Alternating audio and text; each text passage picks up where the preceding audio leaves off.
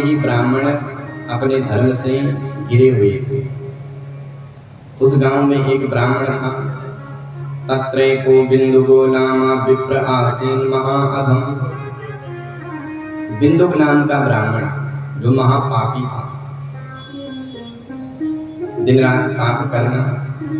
उसकी एक पत्नी थी जिसका नाम था चंचुला।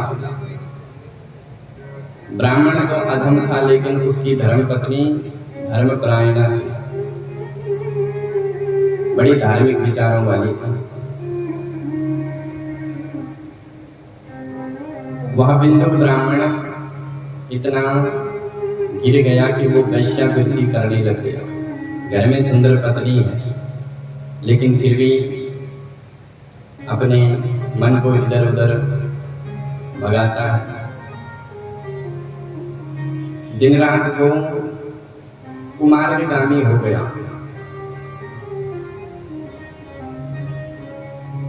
बिंदुक बड़ा ही दुष्ट प्रवृत्ति का हो गया। दिन रात वैश्य का संग करे। चंचुला ने पहले तो अपने धर्म का पालन किया, पतिव्रता धर्म पर चली, लेकिन होता क्या है कि व्यक्ति जैसा संग करता है उसके जीवन में वैसा ही आचरण होता है।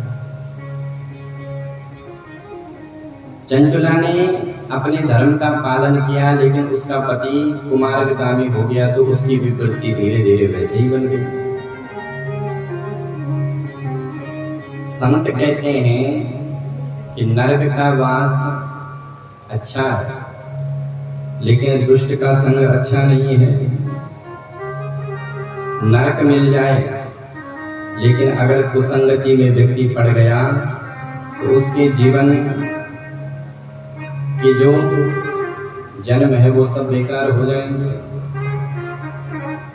सुंदर कांड में गोस्वामी तुलसीदास जी कहते हैं, बालो बालो बास नरक करता, बालो बालो बास नरक करता, दुष्ट संग जनी देह विधाता, दुष्ट संग जनी देह विधाता, बालो बालो बास नरक करता, बालो बालो बास नरक करता, दुष्ट संग जनी देह विधाता, दुष्ट संग जनी देह विधाता।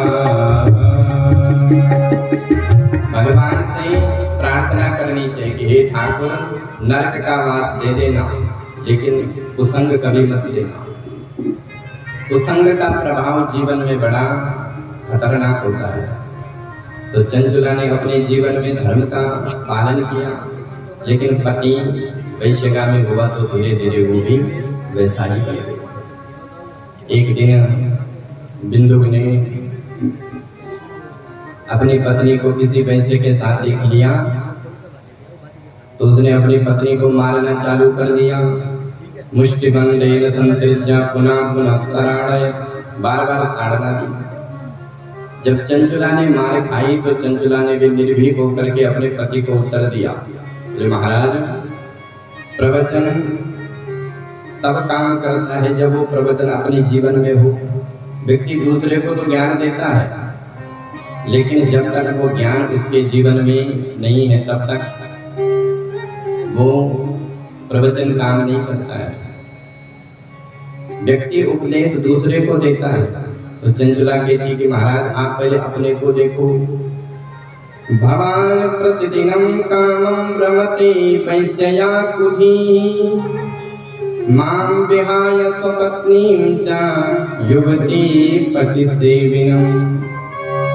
भगवान प्रतिदिनम कामं, आप प्रतिदिन वैश्यगामी होते हैं, वैश्य के साथ रहते हैं और मेरे को उपदेश करते हैं। अहम महारूप युवती नव यौवन विह्वला। महाराज, आपने मेरा ध्यान किया था, मैं आपकी धर्म पत्नी हूँ, जब चंचुला ने इस प्रकार से समझाया तो बिंदुक ने कहा कि देखो देवी, आपका जो मन हो वो करो, लेकिन बदले में परपुरुष से पैसा मांगो। इस दुष्ट का विवेक इतना गिर गया, इसने अपनी पत्नी को वैश्यवृत्ति में लगा लिया। बोले देवी, धनम आकर्षित देभ्या दत्वा तेभ्य पराम रति, बदले में तुम दूसरे परपुरुष से पैसा मांगो। व्यक्ति का जब विवेक एक बार गिर गया तो वो गिरता ही जाता है, इसलिए व्यक्ति को सावधान होना चाहिए। दिन रात दोनों दंपति पाप करते रहे, अनेक समय, बहुत समय बीत गया। जब बहुत समय बीता तो मृत्यु तो सबको आती है। बिंदुक नाम के ब्राह्मण को भी मृत्यु आई, और जैसे वो मरा तो मरने के बाद अनेक नरकों में गया।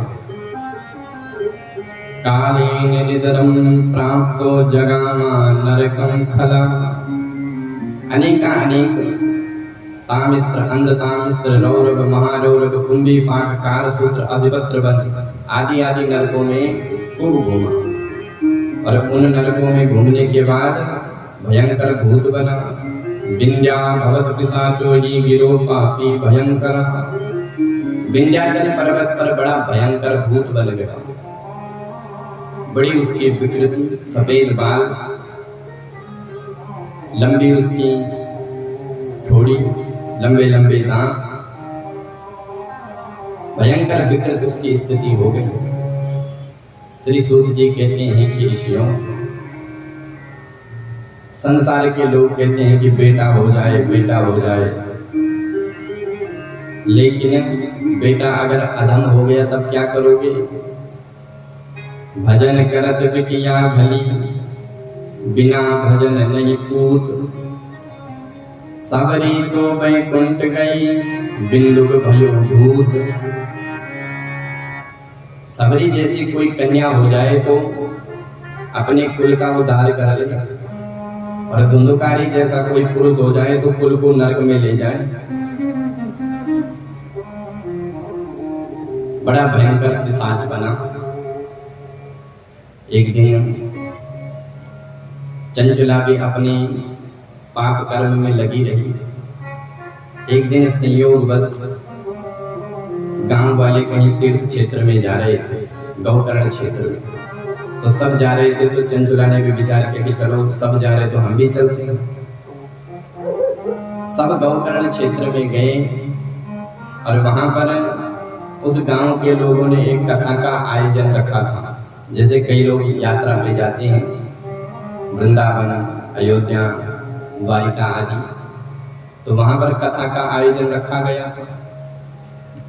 अब प्रातः से शाम तक लोग तीर्थों का तीर्थाटन करते हैं और शाम के समय कथा सुनते हैं।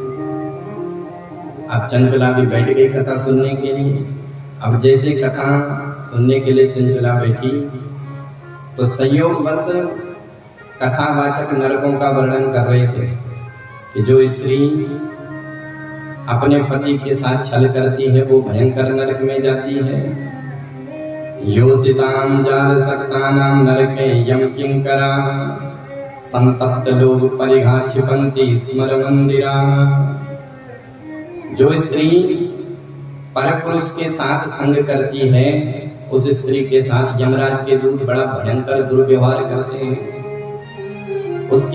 उसको अनेक नरकों में घेर देते हैं।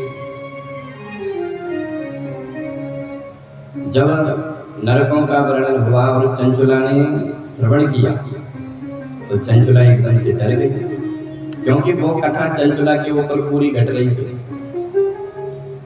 कथावाचक कभी किसी को देख करके कथा नहीं सुनाता है, पर कथा सुन करके ऐसा लगता है कि ये कथा तो हमारी हो रही है। तो चंचुला को लगा कि ये कथा तो हमारे लिए है, तो चंचुला को भयंकर डर लग गया। बार बार अपने को धिक्कार करती है। धिगमाम मूढ़ धिया पापम काम मोहित चेतसा, अरे मेरे जीवन को धिक्कार है, कुछ क्षण के सुख के लिए मैंने अपने धर्म को त्याग दिया, धन के लिए मैंने अपने धर्म का परित्याग किया, हाय मेरा क्या होगा। यदल्पस्या सुकारार्थी स्वकार्या विनाशिनीं महापापं कृतं घोरं अजन्त्या कष्टमादम्। उस सुख के लिए, उस धन के लिए मैंने ऐसे कुकर्म किए, तो अब तो मुझे यमराज के दूत नरक में डाल देंगे, मेरे को भी ऐसी गति प्रदान करेंगे। अब मैं क्या करूं, कहाँ जाऊं। क्वगच्छामि क्वतिष्ठामि को मैं दुःखं व्यपोहे प्राणस्त्यजामि दुःखेन हा कष्टं मम संस्थितः। बार बार अपने को धिक्कार करती है कि धिक्कार है मेरे जीवन के लिए।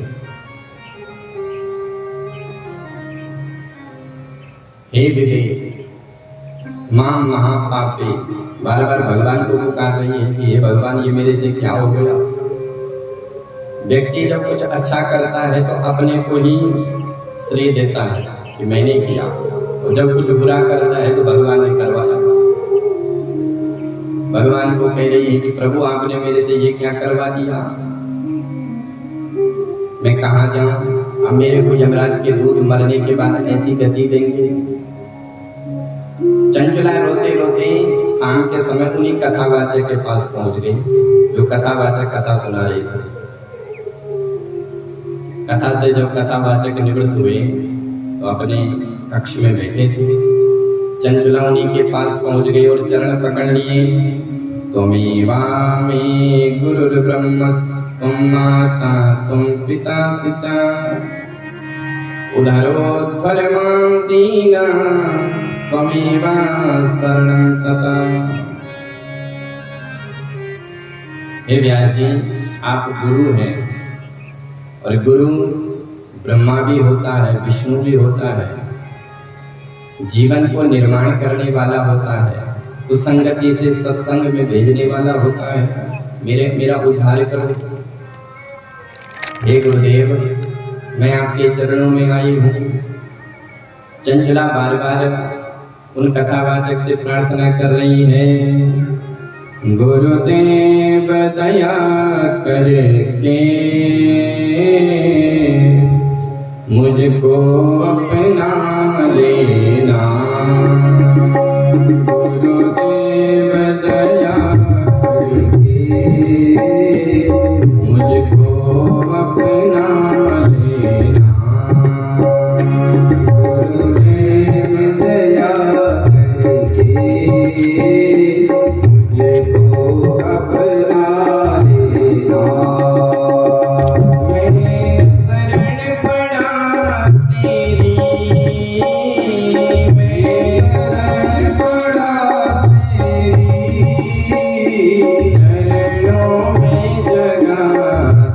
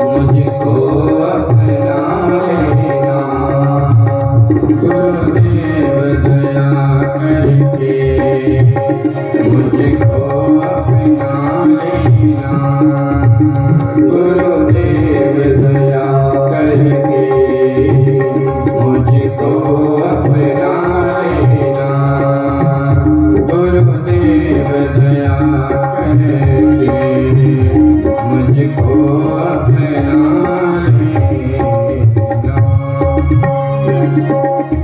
बोलिए सद्गुरुदेव भगवान की।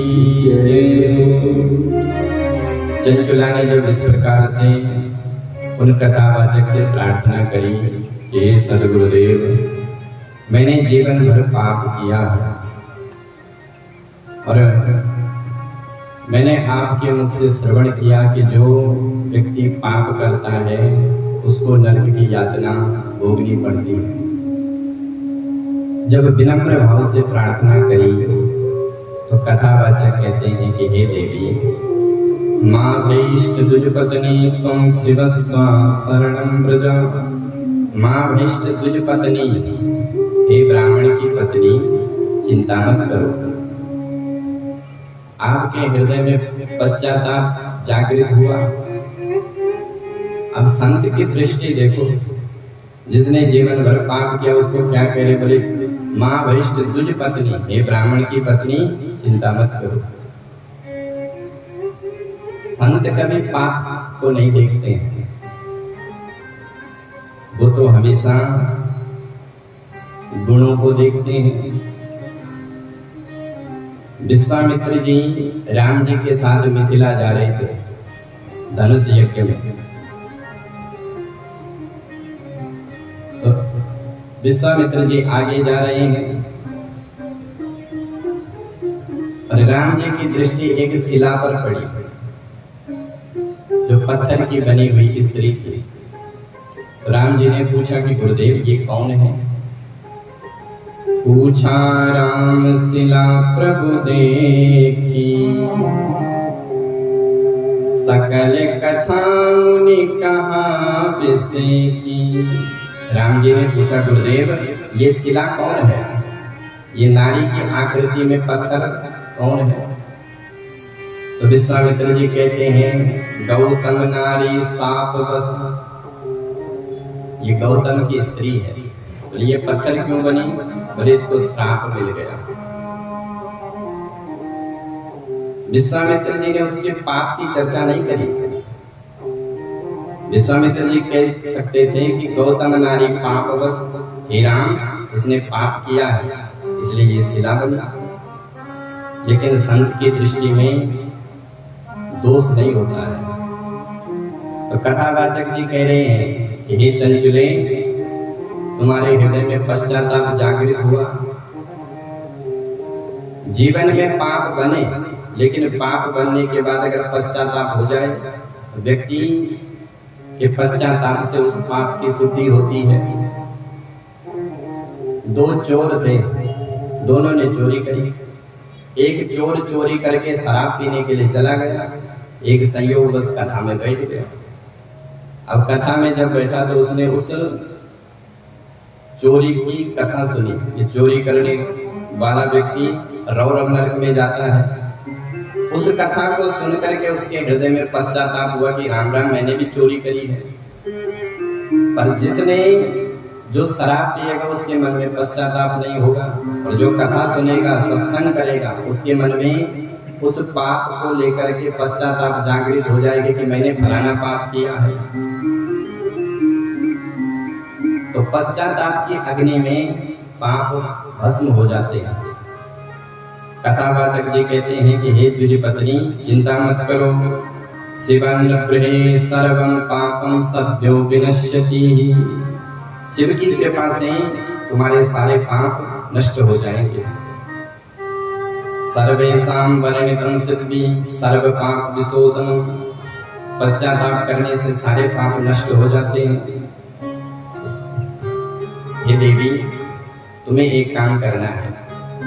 कौन सा? तो कथावाचक जी कह रहे हैं एतत् शिव पुराणस्य कथा श्रवणतो यथा जायते चित्त शुद्धिर्हि न तथान्ये स्वरूपयत्। हे देवी, शिव महापुराण की कथा से चित्त की शुद्धि होती है, मन का शोधन होता है।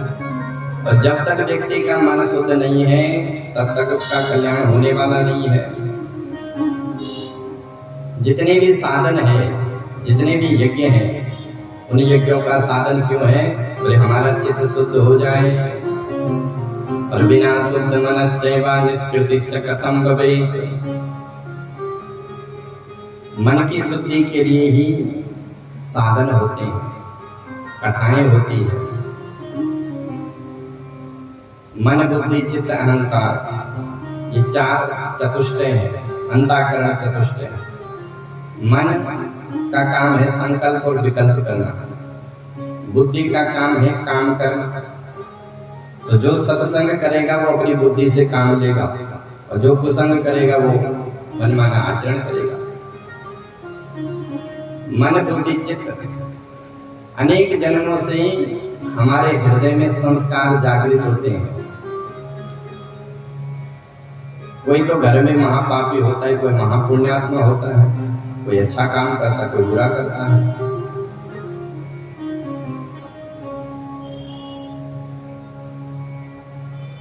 सारक भागवत में कथा आती है, सारक विसर्ग ऊटी,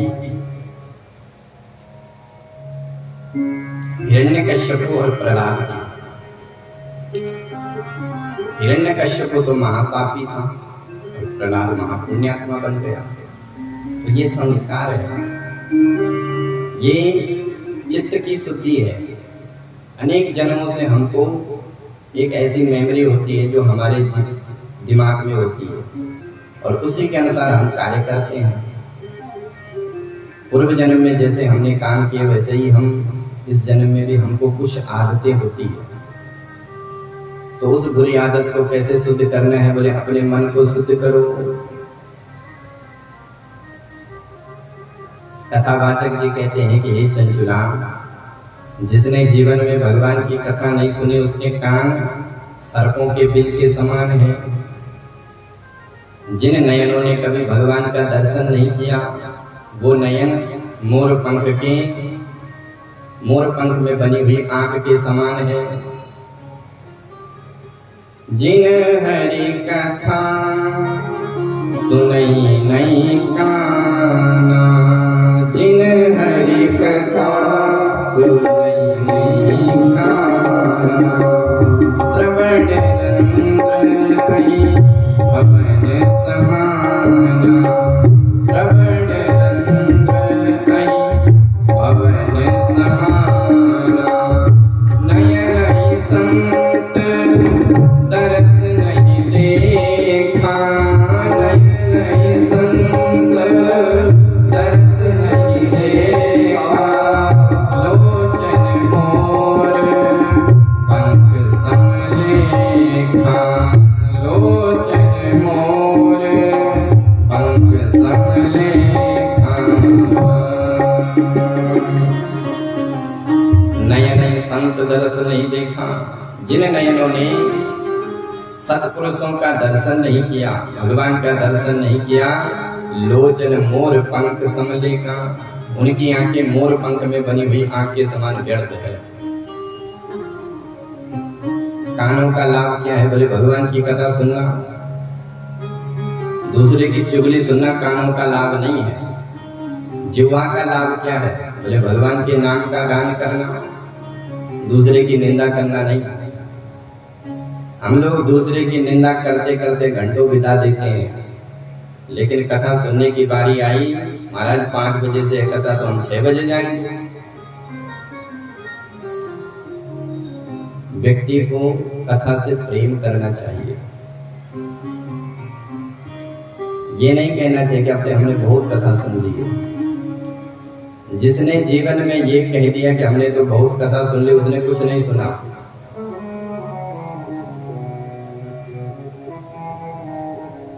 राम कथा जो सुनत अघाई, रस विशेष तिन जानत नाही। भगवान की कथा से जो अघा जाए, मन भर जाए, उसने अभी तक कुछ सुना ही नहीं है। व्यक्ति जब तक पानी में तैरता है तभी तक चिल्लाता है, जब वो पानी में डूबता है तो कहता है बचाओ बचाओ। अभी वो डूबा नहीं है, अगर डूब जाता तो आवाज बंद हो जाती। तो जो ये कहता है कि हमने बहुत सुन लिया बहुत सुन लिया, उसने कुछ सुना ही नहीं है। भगवान की कथा के लिए जब हमारे हृदय में श्रद्धा जागृत हो, तब जाके समझना चाहिए कि अब हमने कथा सुन ली है।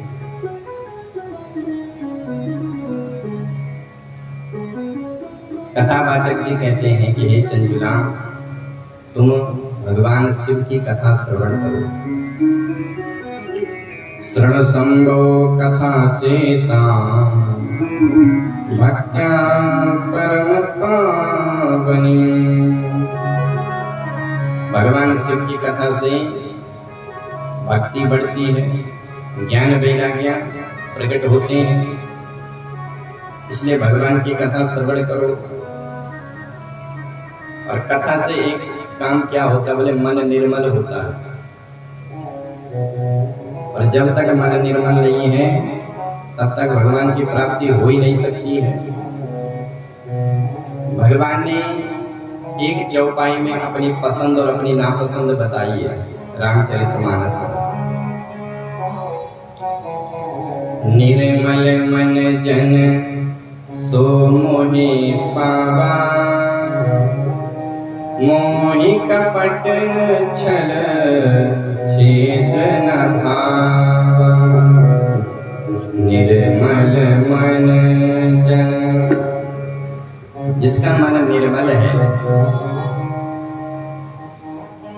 वही भगवान को प्राप्त होता है। और मोहि कपट छल छिद्र न भावा, भगवान कहते हैं कि मुझे कपट अच्छा नहीं लगता है। कपट भगवान को अच्छा नहीं लगता है। जो कपटी व्यक्ति होता है उससे भगवान दूर रहते हैं। और जिसका मन सरल है उसी को भगवान की प्राप्ति होती है। 6 प्रकार की शरणागति है। आनुकूलस्य संकल्पः, भगवान कहते कि जिसे मेरी प्राप्ति करनी है वो जीवन में संकल्प करे कि जो मेरे अनुकूल है वैसा आचरण करे। पत्नी पति के अनुकूल कब बनती है? बोले जब पति के अनुकूल में चले, पति जैसा चाहे वैसा आचरण करे। तो हम भगवान के अनुकूल कैसे बने? बोले जो भगवान को पसंद है। अच्छा, भगवान को क्या पसंद है? बोले निर्मल मन, तो हम भी अपने मन को निर्मल बनाएं। भगवान को नापसंद क्या है? बोले मोहि कपट छल छिद्र न भावा, तो हम भी अपने जीवन से कपट को दूर करें। अनुकूलस्य संकल्प, प्रातः काल जगो, भगवान का चिंतन करो, संध्या बंदन आदि करो। जो जो भगवान ने आदेश दिया वैसा आचरण करो, तो मतलब हम भगवान के अनुकूल हो गए। और जो हमने कपट किया तो फिर भगवान के प्रतिकूल हो गए। फिर चाहे जितनी माला जपो कोई फायदा नहीं। अनुकूलस्य संकल्प प्रतिकूलस्य वर्जनम रक्षस्यते इति विश्वासो। जीवन में कितनी भी विकट परिस्थिति आए तो हमेशा जीवन में ये रखना चाहिए कि मेरे रक्षक भगवान है, भगवान मेरी रक्षा करेंगे। रक्षस्यते इति विश्वासो गोप्तृत्वा वर्णम यथा आत्मनिक्षेप कार्पण्यम षड्विधा शरणागति। शरणागति में एक श्रेष्ठ लक्षण है गोप्तृत्व वर्णम यथा। भगवान को अपना वर्ण करो। हम सब जीवात्मा स्त्री है और हमारे पति कौन है? बोले परमात्मा। तो परमात्मा से विवाह कब होता है? बोले विवाह से पहले होती है सगाई। तो सगाई कौन करते हैं? बोले सदगुरुदेव। सगाई को कहते हैं वागदान संस्कार। तो गुरुदेव भगवान हमारे कान में मंत्र फूंकते हैं और जब हमको भगवान का मंत्र मिल गया तो समझ जाओ कि हमारी सगाई हो गई। गुरुदेव भगवान बिचौले का काम करते हैं। जीवात्मा की व्यथा परमात्मा को सुनाते हैं और परमात्मा की कथा जीवात्मा को सुनाते हैं। जीवात्मा से कहते हैं कि अरे जीव संसार के चक्कर में क्यों पड़ रहा है, भगवान का भजन कर। तो सदगुरुदेव भगवान हमको जब मंत्र दीक्षा दे देते हैं तो समझ जाओ कि हमारी सगाई हो गई है।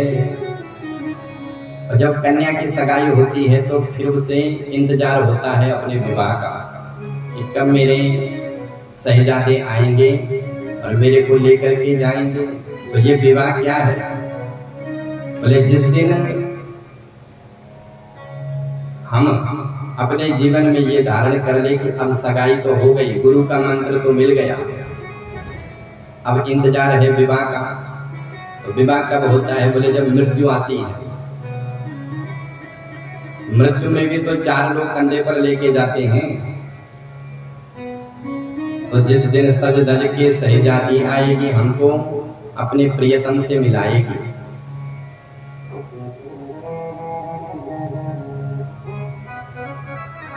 तो ये जीवात्मा का मिलन परमात्मा से तब होता है जब सदगुरु के द्वारा हमको मंत्र दीक्षा मिलती है। जिस दिन मंत्र दीक्षा मिल गई उसी दिन हमारी सगाई हो गई और सगाई के बाद अब विवाह का इंतजार करना है। और सभी पंजाब में तो सब गाती भी हैं, मेरी मंगनी हो गई नी सहेलियों नंद बाबा दे डेरे। मेरी मंगनी हो गई नी सहेलियों नंद बाबा दे डेरे। नंद बाबा दे डेरे, नंद बाबा दे डेरे, हो नंद बाबा दे डेरे, नंद बाबा दे डेरे।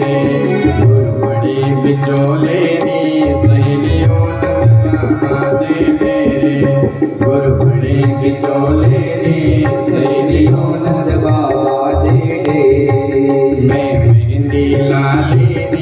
सहेलियों श्यामन बंदले से मेहंदी लाले नी सहेलियों श्यामन ले ले ओ श्यामन बंदले से श्यामन बंदले से ओ श्यामन बंदले से श्यामन बंदले से मिलो बधाइया नी सहेलियों श्याम जे हो गए मेरे मिलो बधाइया नी सहेलियों श्यामन ले ले फेरे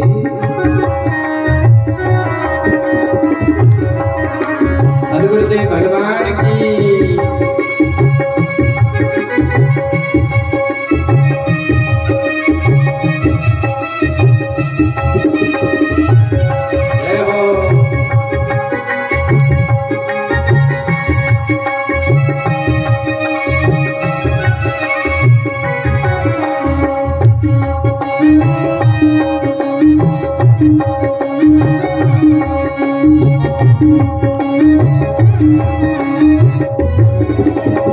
सब आए बराती ने सहेलियों साधो संत बतेरे सब आए बराती ने सहेलियों साधो संत बतेरे ओ साधो संत बतेरे साधो संत बतेरे ओ साधो संत बतेरे साधो संत बतेरे गुरु पंडित बन गए नी सहेलियों लगे श्याम संग फेरे गुरु पंडित बन गए नी सहेलियों लगे श्याम संग फेरे ये मंगनी हो गई नी सहेलियों नंद बाबा दे तेरे मंगनी हो गई नी सहेलियों नंद बाबा दे तेरे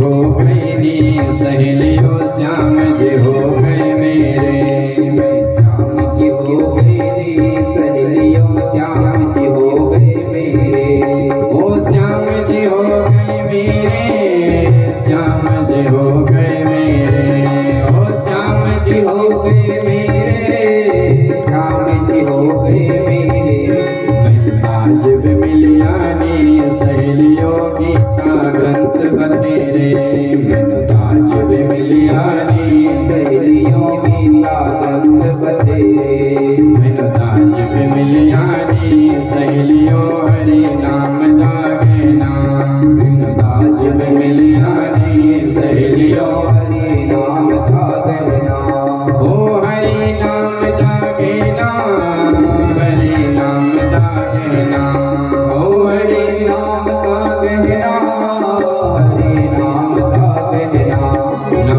टुटना भजना नी सहेलियों ना चोराने लेना ना टुटना भजना नी सहेलियों ना चोराने लेना मेरी मंगनी हो गई नी सहेलियों नंद बाबा दे तेरे मेरी मंगनी हो गई नी सहेलियों नंद बाबा दे तेरे नंद बाबा दे तेरे नंद बाबा दे तेरे ओ नंद बाबा दे तेरे नंद बाबा दे तेरे मंगनी हो गई नी सहेलियों नंद बाबा दे तेरे मेरी मंगनी हो गई नी सहेलियों नंद बाबा दे तेरे मेरी मंगनी हो गई नी सहेलियों नंद बाबा दे तेरे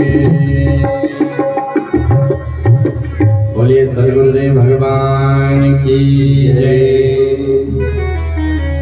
गोप्तृत्व वर्णम यथा। भगवान हमारा वर्ण करें, ऐसी भावना हम लोग अपने जीवन में धारण करें। कन्या का जब वर्ण होता है तो फिर उसकी पालन पोषण की सारी जिम्मेदारी वर की होती है। जब तक वर्ण नहीं हुआ तब तक कन्या पक्ष के लोग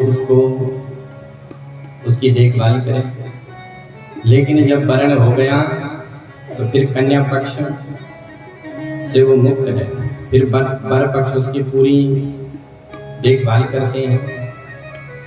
उसके लिए क्या अनुकूल है, क्या प्रतिकूल है, उसको क्या चाहिए, सब जिम्मेदारी उठाते हैं। तो केवल संसार का पति, भाई पति को हम पहले से जानते थोड़ी है। किसी कन्या का जब विवाह होता है तो पहले से वो अपने पति को जानती नहीं, पर जब विवाह हो जाता है तो सर्वस्व आत्मसमर्पण हो जाता है कि अब जो हो आप ही हो। तो संसार का पति वर्ण होने पर उसके पूरे दायित्वों को वहन करता है, और जब हम परमात्मा को अपना पति बनाए तब वो तो परम पति है, त्रिभुवन पति है। जब हम उनका वर्ण करेंगे तो फिर तो महाराज हमारे जीवन का जितना भी योगक्षेम है वो भगवान निर्वाह करेंगे। तो अनुकूलस्य संकल्पः प्रतिकूलस्य वर्जनम् रक्षस्यतीति विश्वासो गोप्तृत्वा वर्णं तथा। भगवान के हम अनुकूल बने, जो भगवान को पसंद है वैसा करें। जब उन कथावाचक ने चंचुला को समझाया तो चंचुला प्रसन्न होकर के उन गुरुदेव भगवान के चरणों में गिर पड़ी और बारंबार प्रार्थना करने लगे कि हे गुरुदेव, आप सबसे बड़े दानी हो। कोई अन्न दान करता है, कोई धन दान करता है, लेकिन आप कथा का दान करते हैं। और सबसे बड़ा दान क्या है? बोले कथा का दान। इस कथा से न जाने कितनों की बिगड़ी सुधर जाती है। अभी हमारी कथा पीछे जलग्राम में थी, विधायक जी के मंदिर में सतपाल सती जी थी। तो वहां पर हमारे यजमान आए थे बिलासपुर से। बोले पंडित जी, पहले तो हम बहुत पीते थे, लेकिन जब से आपकी कथा सुनी महाराज सब छूट गया। तो इस कथा से जीवन की बिगड़ी सुधर जाती है। व्यक्ति का जो कुसंग है वो सब सत्संग में परिणित हो जाता है। सबसे बड़ा दान है कथा का दान। और ये हम नहीं कह रहे, प्रेम की, भक्ति की, ज्ञान की जो ध्वजा है वो है गोपियों। गोपी प्रेम की ध्वजा। और गोपियों ने इस बात की पुष्टि करी है कि सबसे बड़ा दान क्या है? बोले कथामृत का दान। गोपियां श्रीमद् भागवत में गोपी गीत में कहती है, तव कथामृतम तत् जीवनम कविभिरीडितं कल्मषापहं श्रवण मंगलम श्रीमदाततं भुवि गृह्णन्ति ते भूरिदा जना। तब कथामृतम तप्त जीवनम। जो दैहिक दैविक भौतिक तापों से तपा हुआ जीव है उसको नव जीवन प्रदान करती है कथामृत। जीवन में कितनी भी टेंशन है, एक बार भगवान की कथा को सुन लो, सब नष्ट हो जाएगा। तब कथामृतम तप्त जीवनम श्रवण मंगलम। सुनने में मंगल करती है, जीव के जितने भी पाप है, संताप है, सब दूर कर लेती है। स्वर्ग का अमृत पुण्यापहम, वो पुण्यों का हरण करता है, स्वर्ग का अमृत। और ये पृथ्वी का अमृत बोले कल्मषापहम, पापों को पीता है। अच्छा, स्वर्ग में कौन जाता है? जो व्यक्ति थोड़ा बहुत सत्कर्म करता है वो स्वर्ग में पहुंच जाता है। स्वर्ग के देवता उसके गले में हरी माला डाल देते हैं। बोले जब तक माला हरी है तब तक खूब सुरा सुंदरी का पान करो, खूब विषयों का भोग करो। और जहां माला सूख गई वही देवता उसको लात मार करके पृथ्वी में भेज देते हैं, न जाने क्या बनता है, कुकर सुकर सब बन जाता है।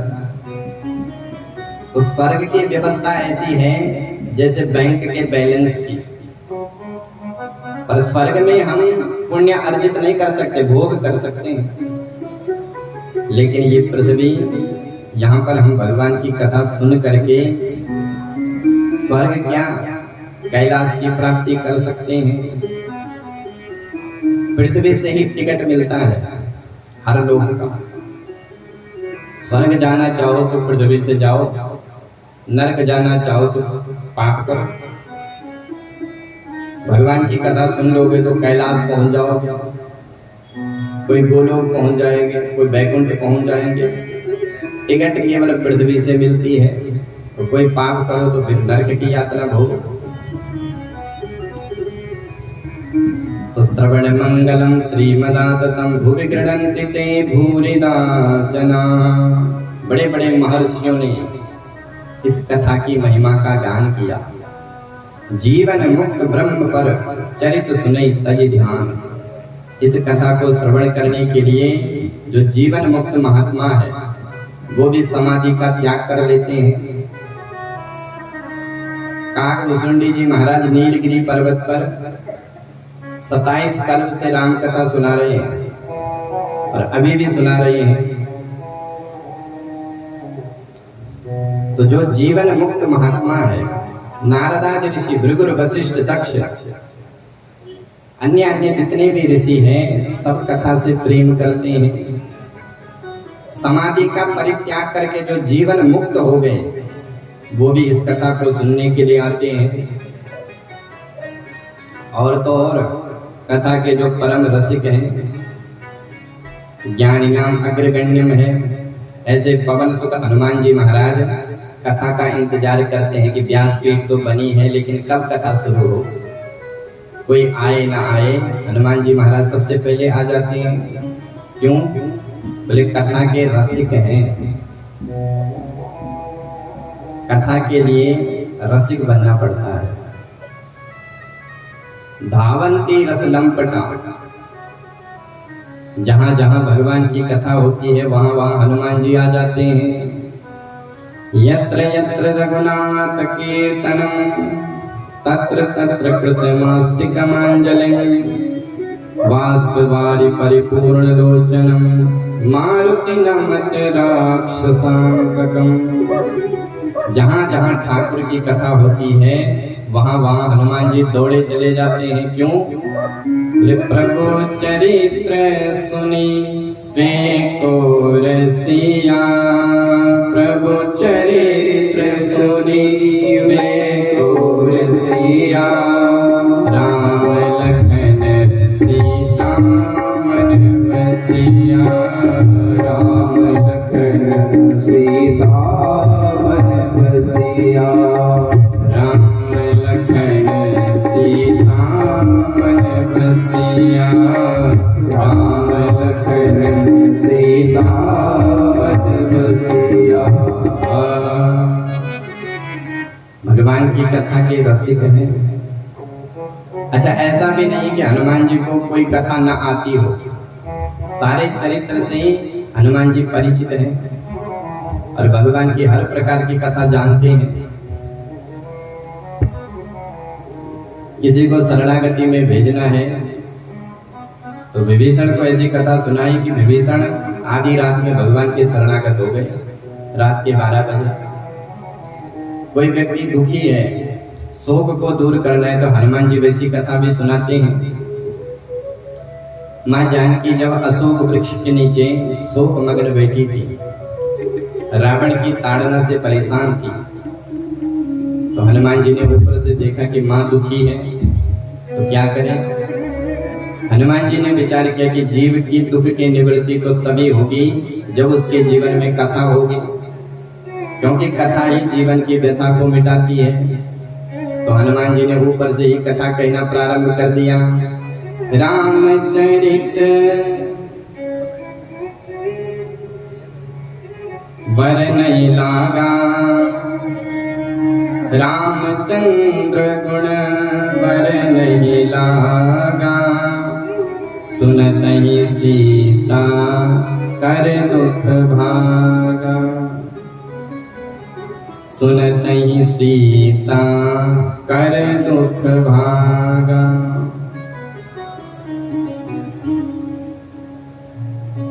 भगवान की कथा से ही जीव की व्यथा मिट जाती है। तो सीता माता को कथा सुनाई। अच्छा, जो व्यक्ति संसार में घुल मिल गया, भगवान का भजन नहीं करना चाहता है, तो ऐसे को भी हनुमान जी कथा सुनाते हैं।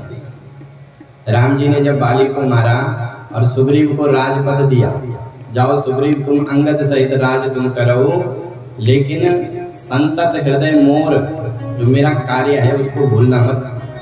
तो सुग्रीव तो बड़े मस्त होकर के राजपाट करते हैं, लेकिन भगवान को भूल गए। तो जब भगवान को सुग्रीव भूल गया तो हनुमान जी ने याद दिलाई। हनुमान जी कहते हैं कि सुग्रीव, तुम्हें पता है कि जिस बाण से राम जी ने बाली को मारा वो बाण कहाँ गया? सुग्रीव कहते हैं कि सरकार, मैंने देखा कि जब बाली मर गया तो बाण भगवान राम के तरकस में चला गया। तो हनुमान जी कहते हैं कि चिंता मत करो, जिस बाण से बाली को मारा है उसी बाण को तुम्हें मारने वाले हैं कल। और ऐसी कथा सुनाई कि सुनतहि सुग्रीव परम भय माना, भयक्रांत हुआ और दौड़े दौड़े राम जी की शरण में गया कि सरकार मेरे को क्षमा कर दो, मैं संसार की वासना में डूब गया, जो राम कार्य है उसको मैंने भुला दिया। तो हनुमान जी हर प्रकार की कथा कहते हैं और ऐसे श्रेष्ठ कथावाचक ज्ञानी नाम अग्रगण्य होते हुए भी कथा में सबसे पहले पहुंच जाते हैं। तो कथा की महिमा सर्वत्र है, सब कथा की महिमा गाते हैं। चंचला ने बार बार प्रार्थना करी, उन कथावाचक ने चंचला को शिव महापुराण की कथा श्रवण कराई। चंचला ने जो आदि से अंत तक कथा सुनी तो बार बार उन कथावाचक को प्रणाम कर रही है। परोपकार निरतो वर्णीनाम सुसुदुषा, हे सदगुरुदेव, आप दिन रात परोपकार करते हैं, आपने मेरे जीवन का उद्धार कर दिया।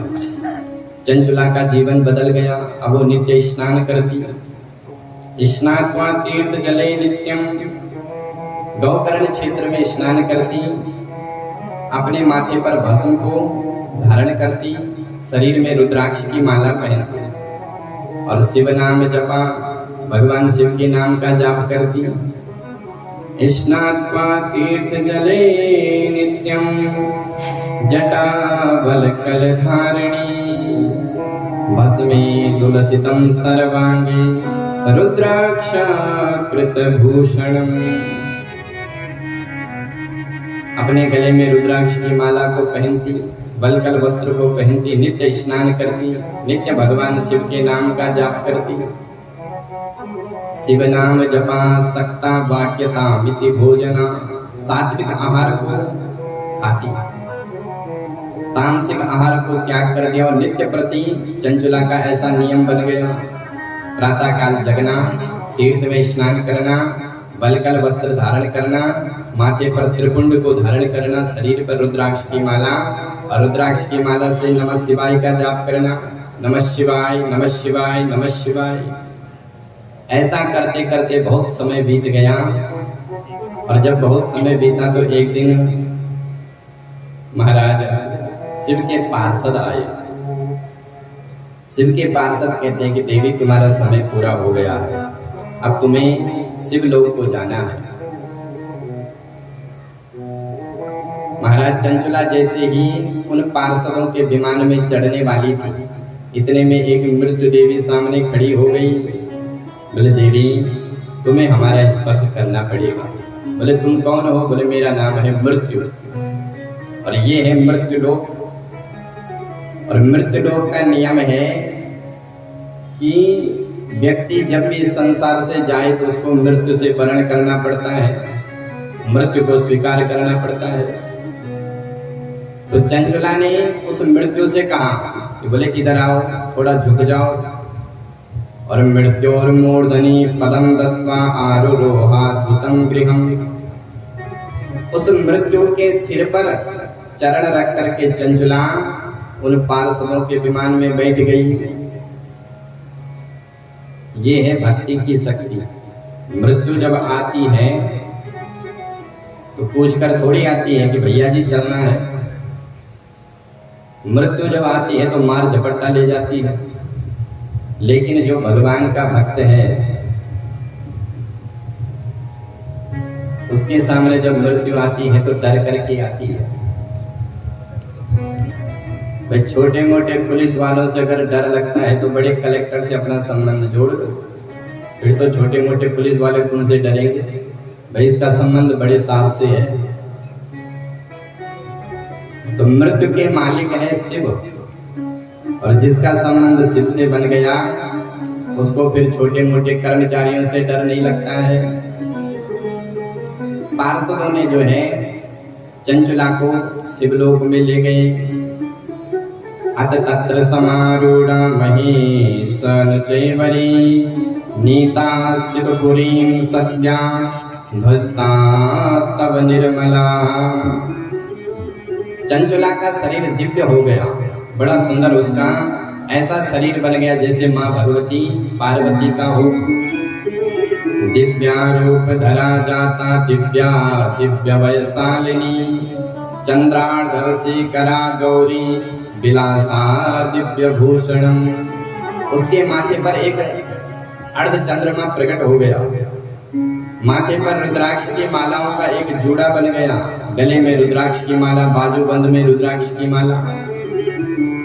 ऐसी लग रही है मानो जैसे भगवती रौद्री हो। पहुंचते ही महाराज चंचुला ने भगवान शिव को प्रणाम किया। कर्पूर गौरम गौरीशं सर्वालंकार धारिणीं सितभस्मार संदेहं सितवस्त्र महोज्ज्वलम्। बार बार शिव जी को प्रणाम कर रही है। शिव जी ने चंचुला का स्वागत किया। स्वागतम वो महाभागे, हे महाभागा तेरा स्वागत है। माँ पार्वती ने जब चंचुला को देखा तो चंचुला को तुरंत अपने आसन पर बिठाया और चंचुला को अपनी नित्य सखी बनाया, अपनी सखियों में मिला दिया। सौनक जी को श्री सूत जी कहते हैं कि सौनक जी ये है गुरु का प्रभाव, ये है सत्संग का प्रभाव। कहाँ तो चंचुला का जीवन पापमय था और कहाँ चंचुला अब कैलाश में पहुंच गए और स्वयं भोलेनाथ चंचुला का स्वागत कर रहे हैं।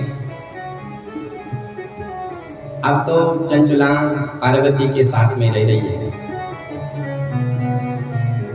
सौनक जी ने पूछा कि गुरुदेव चंचुला का जो पति था बिंदु उसका क्या हुआ, वो कहाँ गया?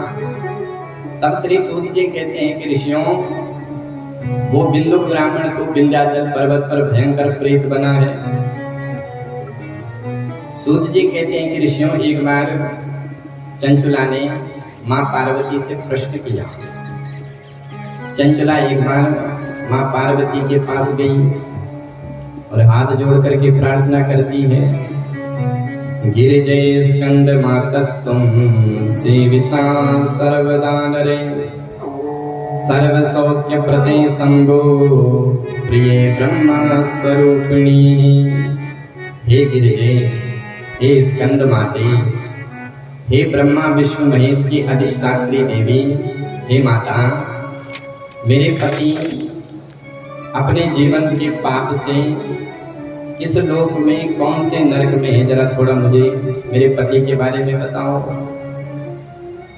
हे ब्रह्म स्वरूपिणी माँ, आप तो करुणा की खान हो और आपके हृदय में करुणा है, इसलिए मेरे पति के बारे में थोड़ा बताओ। चंचुला बार बार भगवती से प्रार्थना कर रही है, हे माता, मेरे पति किस गति में है? भगवती पार्वती कहती है, हे चंचुला,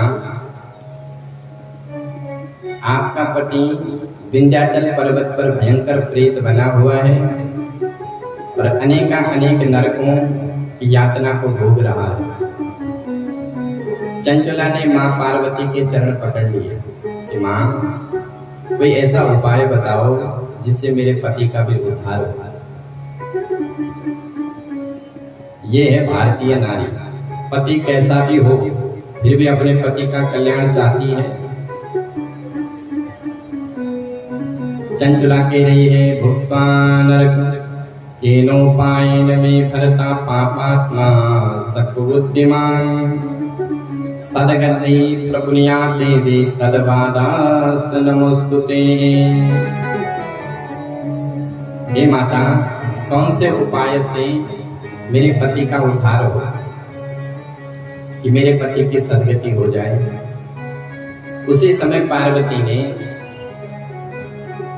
तुम्बरु नाम के गंधर्व को बुलाया और गंधर्वराज से कहा कि तुम ऐसा करो कि विंध्याचल पर्वत पर जाओ और विंध्याचल पर्वत पर चंचला के पति बिंदुक नाम के ब्राह्मण को शिव महापुराण की कथा सुनाओ। महाराज, तुम्बरु नाम का गंधर्व आया और उसने उस बिंदुक को शिव महापुराण की कथा सुनाना प्रारंभ कर दिया। दिव्यं शिव महापुराणस्य कथा कथयत्नता। पर जब शिव महापुराण की कथा सुनाई तो वो पापी भागने लग गया, कथा नहीं सुन रहा था, क्योंकि जो पापी होता है वो कथा से दूर रहता है, क्योंकि उसके पाप उसको कथा सुनने ही नहीं देते। जैसे ही गंधर्वराज ने कथा प्रारंभ की तो वो भागने लग गया। तो तुम्बरु नाम के गंधर्व ने विचार किया कि ऐसे में तो मैं इसको कथा नहीं सुना पाऊंगा, तो क्या करें। बोले उसको पकड़ लिया, बल्ला जात डमतम पास बंदो पिशाच चाति भीकरम। बलपूर्वक उसको पकड़ा, रस्सियों से एक पेड़ में बांध लिया और फिर उसको शिव महापुराण की कथा सुनाना प्रारंभ कर दिया। आरभ्य सहितामाद्यं सप्तमी संहिता विधि स्पष्टं शिव पुराणं हि समाहात्म्यं समावदत्। 7 संहिताओं वाला ये शिव महापुराण उस प्रेतराज को श्रवण कराया। जब पूरी कथा श्रवण की तो उसका जो प्रेतत्व है वो छूट गया और देखते देखते शिव महापुराण की कथा सुनते सुनते जो है उसका प्रेत रूप तो छूट गया और दिव्या रूपो बहुवासो गौरवर्णासितांशुका सर्वालंकृतप्तांगा त्रिनेत्रा चंद्रशेखरा। उसका शरीर दिव्य हो गया जैसे भगवान भोलेनाथ का है। सर्वालंकारा दीप्तांग्रा त्रिनेत्रा चंद्रशेखरा, भगवान शंकर के समान उसका शरीर हो गया। उसी समय तुम्बरु नाम के गंधर्व ने उस बिंदुक नाम के ब्राह्मण को विमान पर बिठाया और कैलाश में ले गए। भगवान शिव ने भी उसका दिव्य स्वागत किया। श्री सूत जी कहते हैं कि ऋषियों, ये है शिव महापुराण की महिमा। बिंदुक ने हमेशा पाप किया, लेकिन मरने के बाद धर्मपत्नी की दिव्य आचरण से इसने कथा सुनी। तो धर्मपत्नी का कर्तव्य है कि अपने पति को धर्म में लगाओ, इसीलिए तो धर्मपत्नी है। एक होती है पत्नी, एक होती है धर्मपत्नी। जो अपने पति को बार बार धर्म का पालन करने के लिए कहे वही है धर्मपत्नी। तो धर्मपत्नी का कर्तव्य है कि बार बार अपने पति को धर्म के मार्ग पर लगाए, बार बार ऐसी शिक्षा दे। बोलिए शिव महापुराण की जय। अब 2 अध्यायों में महाराज शिव महापुराण की विधि को बताया। बोले शिव महापुराण कथा श्रवण की विधि क्या है। तो सबसे पहले श्री सूत जी कहते हैं किसी विद्वान ब्राह्मण से कथा का मुहूर्त निकालो और कथा का जब मुहूर्त हो जाए तो फिर ब्राह्मणों का चयन करो। सकाम यज्ञ हो तो किसी विद्वान ब्राह्मण से मुहूर्त का चयन करना चाहिए। अगर निष्काम है, कोई कामना नहीं है, तो जब मर्जी तब कथा सुनो। शिव पुराण की कथा कहाँ हो तो लिखा है शिवालय चा तीर्थे वा वने वा गृहे वा। किसी शिवालय में हो अथवा घर में हो, किसी तीर्थ क्षेत्र में हो, कहीं पर अच्छा स्थान मिल जाए वहां पर कथा हो।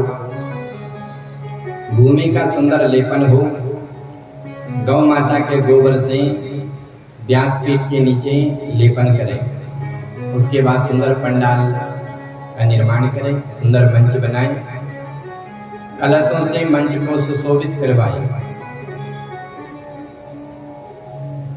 जिस प्रकार से एक पिता अपनी कन्या का विवाह करता है, उसी प्रकार से शिव महापुराण की कथा का आयोजन होना चाहिए। विवाहे यादृशं चित्तम। सौनक जी ने पूछा महाराज खर्चा कितना आता है इस कथा में? बोले सामर्थ्य के अनुसार। जैसे एक पिता अपनी कन्या का विवाह कोई तो करोड़ों में करता है, कोई लाखों में करता है, जैसी जिसकी सामर्थ्य वैसे करो। महाराज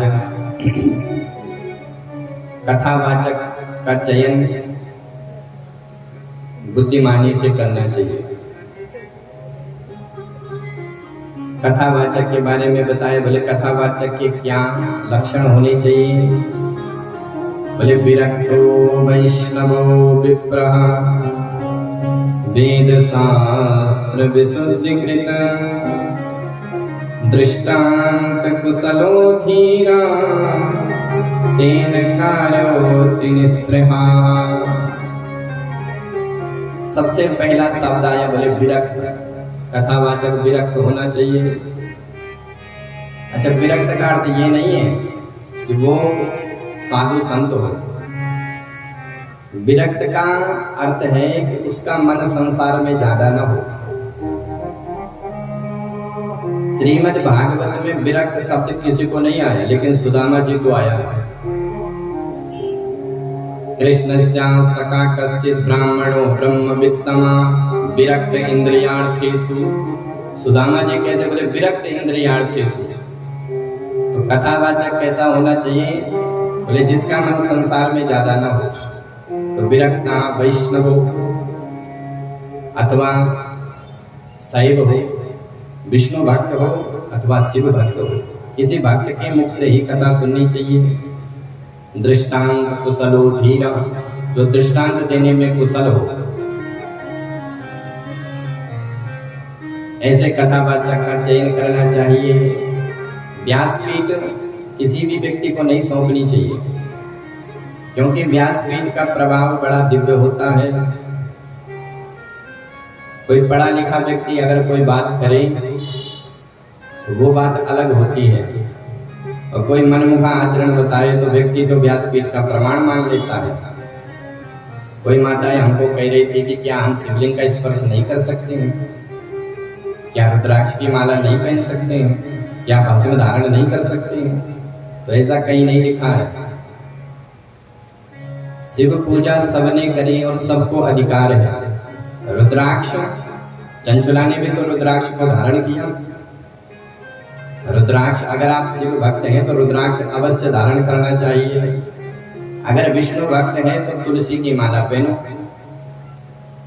सिर पर भस्म, माथे पर त्रिपुंड होना चाहिए। शिव भक्त है तो त्रिपुंड लगाओ, विष्णु भक्त है तो ऊर्ध्वपुंड लगाओ।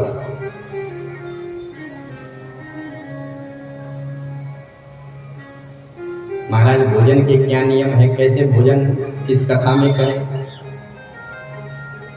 तब श्री सूत जी कहते कि महाराज 9 दिन तक निराहार रहो, फिर कथा सुनाओ और कथा सुनो। सौनक जी ने कहा महाराज 9 दिन तक अगर हम निराहार रहेंगे तो 10वें दिन तो हम घर भी नहीं जा पाएंगे, यहीं जय सिया राम हो जाएंगे, तो क्या करें? बोले कृतम पानम, घी पी करके कथा सुनाओ और कथा सुनो। बोले महाराज घी खाने के लिए तो डॉक्टरों ने मना कर दिया कि अब तो रोटी में भी मत चुपड़ के दो, अनेक बीमारी हो गई है। बोले तो पया पानम, दूध पियो, दूध पी करके कथा सुनो। बोले महाराज दूध से भी काम ना बने तब? बोले फलाहार, फिर फलों का आहार करो। बोले महाराज फल से भी काम ना बने तब? तो स्पष्ट सूत जी कह रहे हैं भोजनम तो वरम मन्ये कथा श्रवण कारकम नोपमास वरश्चेता स्यात् कथा श्रवण विघ्न कृत। भोजनम तो वरम मन्ये, अगर भोजन न करने से तुम्हारा मन कथा में नहीं लग रहा है तो बढ़िया से भोजन पाओ और फिर कथा सुनो और सुनाओ। कुछ लोग कहते हैं कि महाराज हम तो तब तक पानी भी नहीं पीते हैं जब तक भगवान की माला का जाप न करें। अच्छी बात है, लेकिन किसी किसी की आदत होती है कि महाराज उनको तो भोजन चाहिए। तो बढ़िया है कि भोजन करके भगवान की जाप में बैठो, भगवान की कथा में बैठो। अब आप खाली पेट आए कथा सुनने के लिए, जाप करने के लिए, अब मन घर में जा रहा है कब जाऊं और कब भोजन बनाऊं, कब खाऊं। तो इससे बढ़िया ये है कि भजन करो, चाहे जैसे भी बने, भोजन करके खाओ अथवा खाली पेट भजन करो।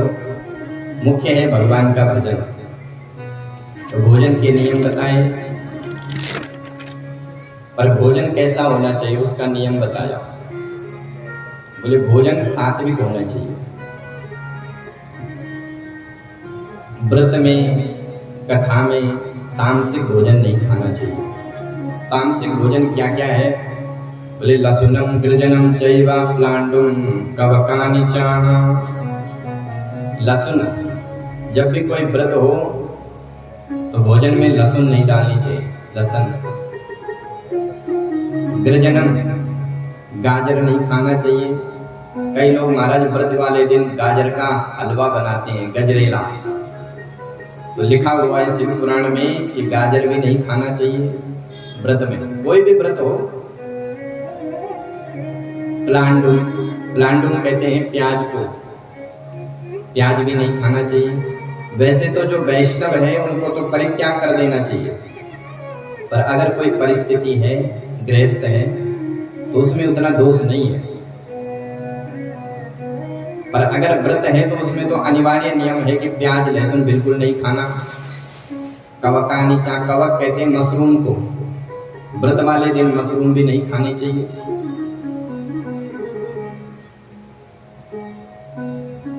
इस प्रकार से जो है कथा के नियम बताए। अब श्री सूत जी महाराज श्री शिव महापुराण का शुभारंभ कर रहे हैं। कहां से इस कथा को शुभारंभ किया? बोले तीर्थराज प्रयाग से, धर्म क्षेत्रे महाक्षेत्रे गंगा कालिंदी संगमे प्रयागे परमे पुण्ये ब्रह्मलोकस्य वर्त्मनि। प्रयाग की भूमि से इस कथा का शुभारंभ कर रहे हैं।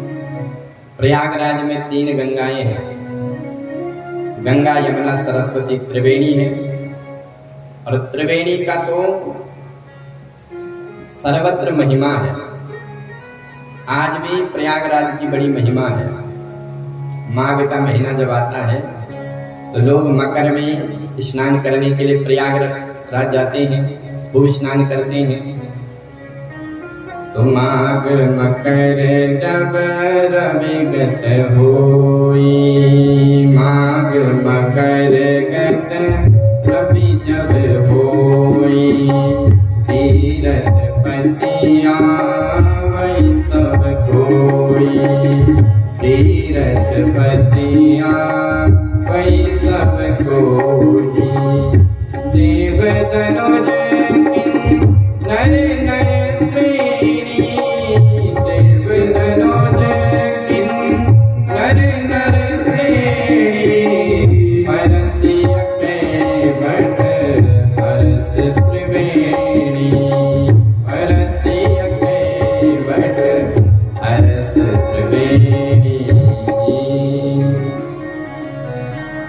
त्रिवेणी में जब भी हम जाते हैं तो वहां पर भारद्वाज जी का आश्रम है। भरद्वाज जी के आश्रम में सत्संग होता है। वहाँ के जो इष्ट देव है बेणी माधव, वहाँ पर एक अक्षय वट है। तो उसी तीर्थराज प्रयाग की भूमि से इस शिव महापुराण की कथा का शुभारंभ हो रहा है। संत जन कहते हैं, वेद कहता है कि ब्रह्मलोक की जो प्राप्ति होती है वो तीर्थराज प्रयाग से ही होती है। उसी तीर्थराज प्रयाग में 88,000 ऋषियों ने इस ज्ञान रूपी विशाल यज्ञ का आयोजन किया। और जब 88,000 ऋषि उस तीर्थराज प्रयाग में एकत्रित हुए तो उसी समय उस भूमि पर व्यास शिष्यो महामुनि, व्यास जी के शिष्य महामुनि श्री सूत जी का आगमन हुआ। सौनक जी ने उन सूत जी को प्रणाम कर लिया कि महाराज, आप रोमहर्षण के पुत्र हैं और पुराणों के बड़े वक्ता हैं।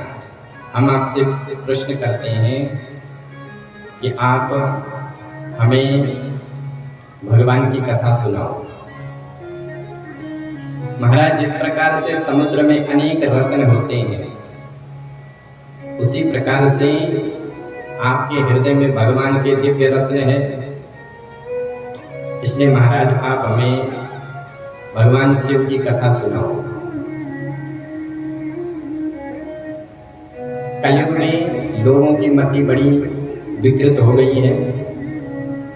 तो महाराज, इस कलयुग में लोग कैसे पुण्य करें, कैसे भगवान का नाम जप करें? सौनक जी ने पहले कलयुग के बारे में पूछा। महाराज, प्राप्ते कलयुगे घोरे नरा पुण्य विवर्जिता, दुराचाररता सर्वे सत्यवार्ता परामुखा। महाराज, इस कलयुग में लोग पुण्य विवर्जित हो गए। पहले के लोग पाप विवर्जित होते थे, पाप नहीं करते थे, लेकिन आज के लोग पुण्य नहीं कर रहे हैं। दुराचाररता सर्वे सत्यवार्ता परामुखा। सत्य तो कहीं रहा ही नहीं, जहां देखो सब झूठ चल रहा है। बिना मतलब के भी लोग झूठ बोलते हैं।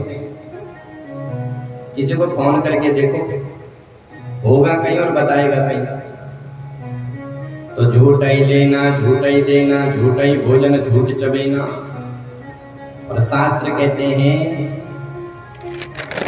कि नहीं असत्य संपातक कुंज, जो झूठा व्यक्ति होता है उसको महान पाप लगता है।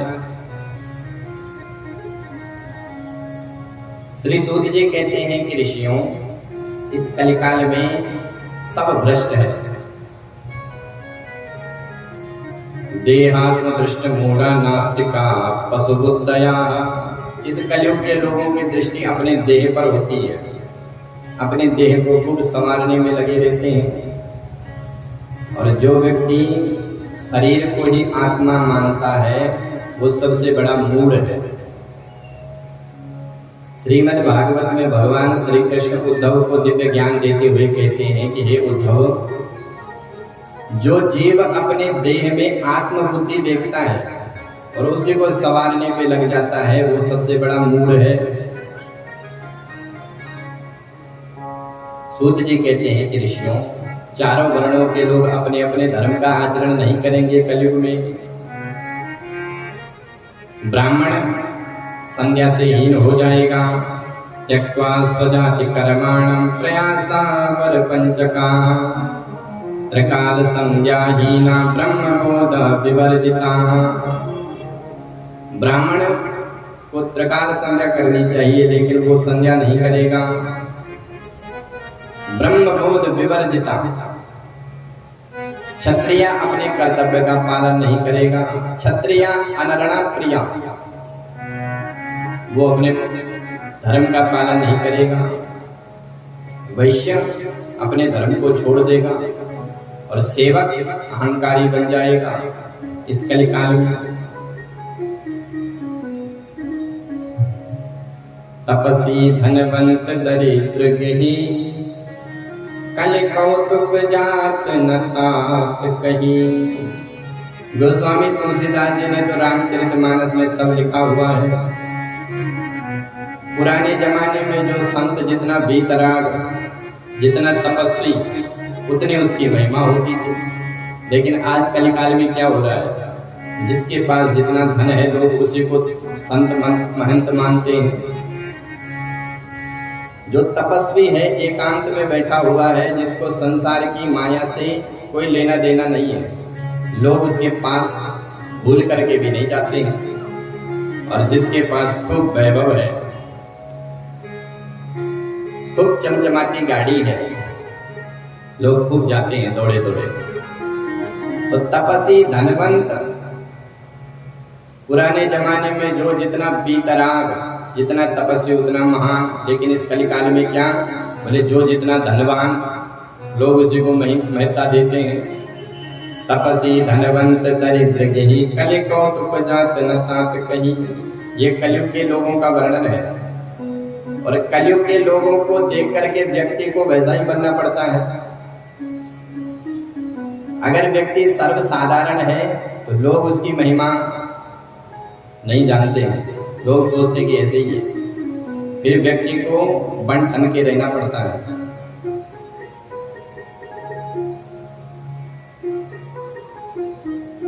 तो ऐसे कलयुग के लोगों की स्थिति हो जाएगी। श्री सूत जी कहते हैं कि हे ऋषियों, पाप तभी तक व्यक्ति को प्रभावित करते हैं, तभी तक पापों की गर्जना होती है, जब तक शिव पुराण की कथा नहीं सुन लेते हैं। जिस दिन शिव महापुराण की कथा सुन ली, उस दिन सारे पाप दूर हो जाएंगे। तावत सर्वाणि शास्त्राणि विवन्दे परस्परम यावत् शिव पुराणम ही नोदेष्यति जगत्यो। हे ऋषियों, तभी तक सारे पुराण, तभी तक सारे पाप गर्जना करते हैं, जब तक